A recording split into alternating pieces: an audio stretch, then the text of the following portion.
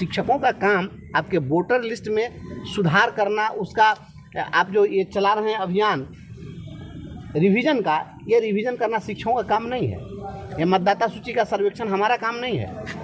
केवल और केवल हमसे आप चुनाव में काम ले सकते हैं, चुनाव के दिन आप हमसे इलेक्शन में ले सकते हैं। इसके अलावा सभी इस तरह के गैर शैक्षणिक कार्यों को प्रतिबंधित किया जा चुका है। देखिए ये रिवीजन क्या है, ये तो तमाशा है। वोटर लिस्ट का क्या रिवीजन होना है? अब आपसे आपका हम प्रमाण मांगते चले हैं, आप हैं कि नहीं है, ये कोई बात है? जो रिवीजन का जो काम चल रहा है, यह जनता को वास्तविक मुद्दों से भटकाने के लिए इस प्रकार से ये सारा चीज़ चल रहा है। इसका कोई मतलब नहीं है, कोई औचित्य नहीं है, कोई उद्देश्य नहीं। हमको कोई समझा दे कि इसका क्या उद्देश्य है।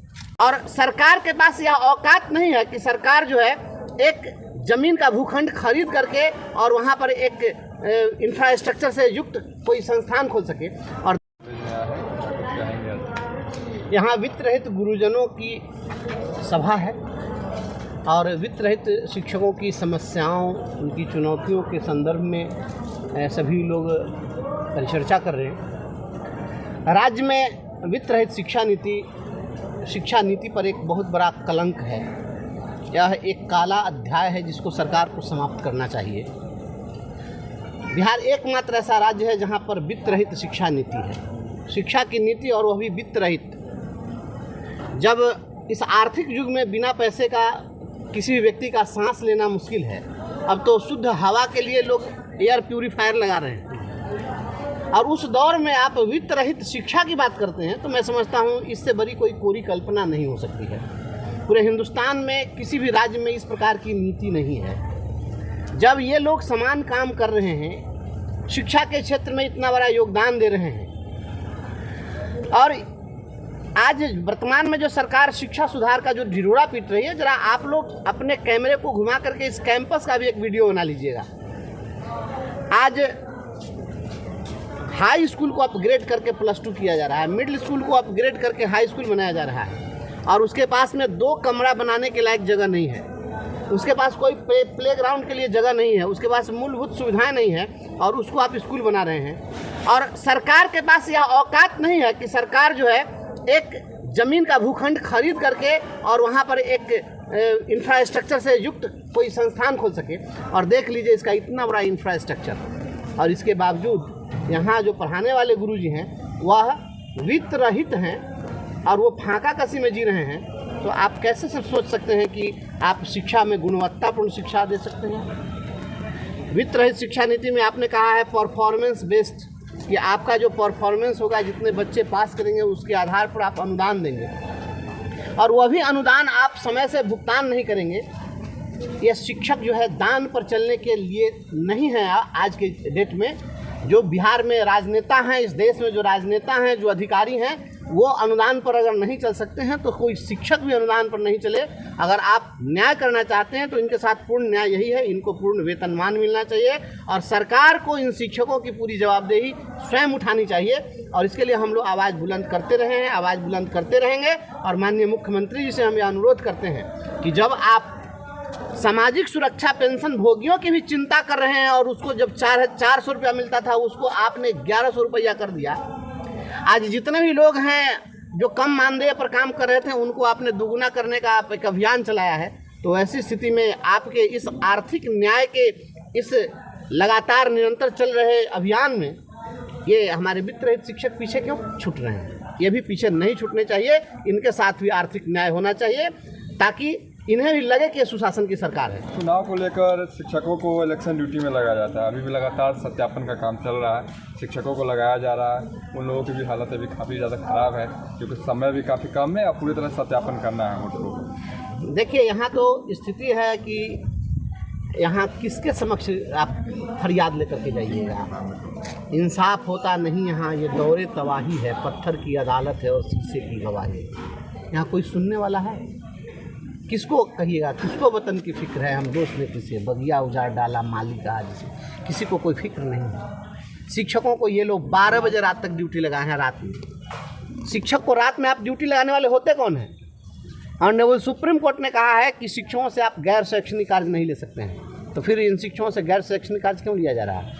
शिक्षकों का काम आपके वोटर लिस्ट में सुधार करना, उसका आप जो ये चला रहे हैं अभियान रिवीजन का, ये रिवीजन करना शिक्षकों का काम नहीं है। ये मतदाता सूची का सर्वेक्षण हमारा काम नहीं है। केवल और केवल हमसे आप चुनाव में काम ले सकते हैं, चुनाव के दिन आप हमसे इलेक्शन में ले सकते हैं। इसके अलावा सभी इस तरह के गैर शैक्षणिक कार्यों को प्रतिबंधित किया जा चुका है। तो जिनको स्कूल में होना चाहिए था, जिनको राष्ट्र निर्माण के काम में बच्चों को क्लास में जाकर के पढ़ाना चाहिए था, उनको आप 12 बजे रात तक इस प्रकार से डंडे से हाँक करके काम ले रहे हैं। तो बिल्कुल असंवैधानिक है। ऐसे पदाधिकारियों पर कार्रवाई होनी चाहिए। वोटर लिस्ट रिवीजन को कैसे देख रहे हैं? काफ़ी सवालें उठ रही है इसको लेकर। देखिए, ये रिवीजन क्या है? ये तो तमाशा है। वोटर लिस्ट का क्या रिवीजन होना है? अब आपसे आपका हम प्रमाण मांगते चले हैं, आप हैं कि नहीं है, ये कोई बात है? जब वोटर लिस्ट में नाम जुड़ा था तो ऐसे ही जुड़ा था। वोटर लिस्ट में जब किसी का नाम जुड़ता है तो नाम जुड़ने के लिए उसमें भी दस्तावेज लिए जाते हैं। ऐसे ही सीधे केवल किसी के दस्तखत कर देने के आधार पर नहीं जुड़ जाता है। उससे भी आप उसका आधार कार्ड आप पहले से लेते हैं, उसका जो रिक्वायर्ड डॉक्यूमेंट है आप लेते हैं, और वह ले करके तब आपने उसका नाम वोटर लिस्ट में जोड़ा था। तो उसमें क्या देख करके जोड़ा था? और जब वही लेकर के आप देखे थे और जोड़े थे, तो फिर अब इसका कोई मतलब है? इनका कोई मतलब नहीं है। और वोट गिराने के समय भी लोग जाता है तो उस समय भी उसको अपना पहचान पत्र दिखाना पड़ता है। ऐसा नहीं है कि केवल वोटर लिस्ट में नाम हो जाने मात्र से कोई वोट गिरा दे। वोट अगर मतदान करना है तो उस समय भी उनको अपना पहचान पत्र दिखाना पड़ता है। तो ये रिवीजन का जो काम चल रहा है, यह जनता को वास्तविक मुद्दों से भटकाने के लिए इस प्रकार से ये सारा चीज़ चल रहा है। इसका कोई मतलब नहीं है, कोई औचित्य नहीं है, कोई उद्देश्य नहीं। हमको कोई समझा दे कि इसका क्या उद्देश्य है। एक व्यक्ति हमको कोई ऐसा समझा दे कि इससे क्या लाभ हो जाएगा। कोई लाभ नहीं होना है। आप भी परेशान, हम भी फर्जी वोटर को लेकर के कहा जा रहा है कि फर्जी वोटर हटेंगे इससे। तब बहुत बढ़िया बात है। तो रोहिंग्या अगर आ गया, फर्जी वोटर में जुड़ गया, तो सबसे पहले तो उस कलेक्टर पर कार्रवाई कीजिए ना, जो लोग नाम जोड़ा था। नाम कैसे जोड़ा?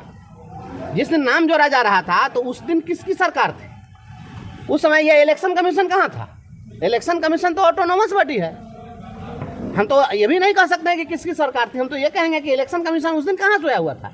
नाम किसी का जब जुड़ रहा था तो जुड़वाया भी तो यही था। तो जुड़वाया था तो जो उस समय इलेक्शन कमिश्नर थे उन पर कार्रवाई कीजिए, उनको पहले पकड़ के जेल भेजिए। और उस समय जो वहाँ पर लोकल पदाधिकारी थे, एक तरफ से नाम जोड़िए, दूसरे तरफ से नाम हटाइए, तो ये कीजिए वो कीजिए, तमाशा है। रोहिंग्या यहाँ पर अगर आ गया, दूसरे देश का कोई व्यक्ति आ गया, घुसपैठ कर लिया, तो घुसपैठी को हम स्वीकार कभी नहीं कर सकते हैं। लेकिन अगर घुसपैठ कर लिया तो करते समय में जो लोग भी जिनको रक्षा की जिम्मेवारी थी, रोकने की जवाबदेही थी, वो विफल हुए तो उन पर कार्रवाई क्या हुई? यहाँ तो सवाल है कि गलत तरीके से आ कैसे गए? तो आपने इंटर कराया और आप ही तमाशा कर रहे हैं। तो जहाँ रोहिंग्या वहाँ गए, मुजफ्फर में कहाँ रोहिंग्या? हमको कुछ बताइए। तो कई तरह की डॉक्यूमेंट की मांग की जा रही है, आधार कार्ड को भी मानने। हाँ, तो जो 80 साल का आदमी हो गया ओकरा से बर्थ सर्टिफिकेट मांगे, उस समय बर्थ सर्टिफिकेट बनता था। प्रधानमंत्री कहते हैं कि मेरी आधार मेरी पहचान, और आज उसी आधार कार्ड को मान्य नहीं किया जा रहा है। अब प्रधानमंत्री जी तो ये आधार उधार सुधार करते ही रहते हैं। तो जनता को उलझा के भी तो रखना है, तो कुछ ना कुछ तो करते रहेंगे। राजनीति भी चलनी चाहिए ना। जिन इन मुद्दों पर बात हो रही है, जिन इन मुद्दों पर बात नहीं होगी, रोजी रोजगार पर बात नहीं होगी, पलायन पर बात नहीं होगी, गरीबी पर बात नहीं होगी, शिक्षा पर बात नहीं होगी, भूखमरी पर बात नहीं होगी, बात कहाँ पर होगी? तो बात है वोटर लिस्ट पर। तो बात हो रही है तो हिंदू मुसलमान, भारत पाकिस्तान, रोहिंग्या तो बांग्लादेशी, तो ये तो वो, तो यही करते रहिए, करते रहिए। बहुत बढ़िया। देखिए, हम तो किसी भी पार्टी और किसी दल और किसी विचारधारा के फेरा में हम नहीं रहते हैं। हमारा तो जो जुनून है, स्टेप फॉरवर्ड बात बोलते हैं। राजनीति करने के लिए जो पॉलिटिशियंस लोग अपनाते हैं, वो सेंटीमेंट उभार कर राजनीति करते हैं। तो कोई अगरा पिछड़ा का राजनीति करता है, बैकवर्ड फॉरवर्ड कर दो तो वहाँ सेंटीमेंट उभारते हैं, हम बैकवर्ड तो हम फॉरवर्ड। तो कोई दूसरा आया कहा कि हम तुम्हारे बाप निकलेंगे, तुम बैकवर्ड फॉरवर्ड करा था तो हम हिंदू मुसलमान करेंगे।